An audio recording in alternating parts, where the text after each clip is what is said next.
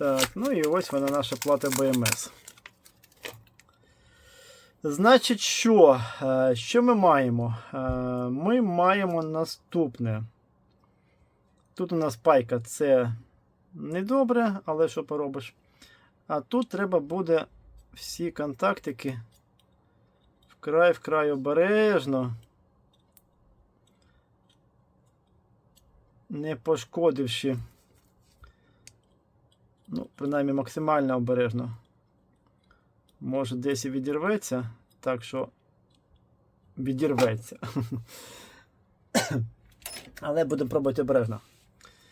Значить, беремо поступово. Зараз покажу, як я це роблю. Головне не коротніть, тому що можете такий фейерверк влаштувати, що трындець. Я підтягую,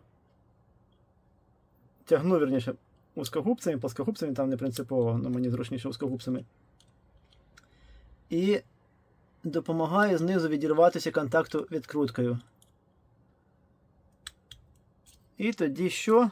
Вірно, у нас максимально ціла, зараз підрівняю, залишається пластина, щоб її знову приварити. Бачите?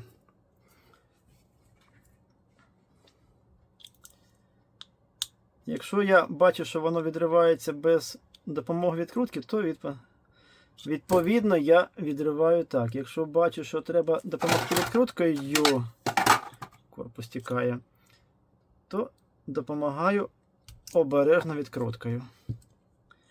Ну, коротше, суть ви зрозуміли. Є куди приваритися буде, місця з боку достатньо.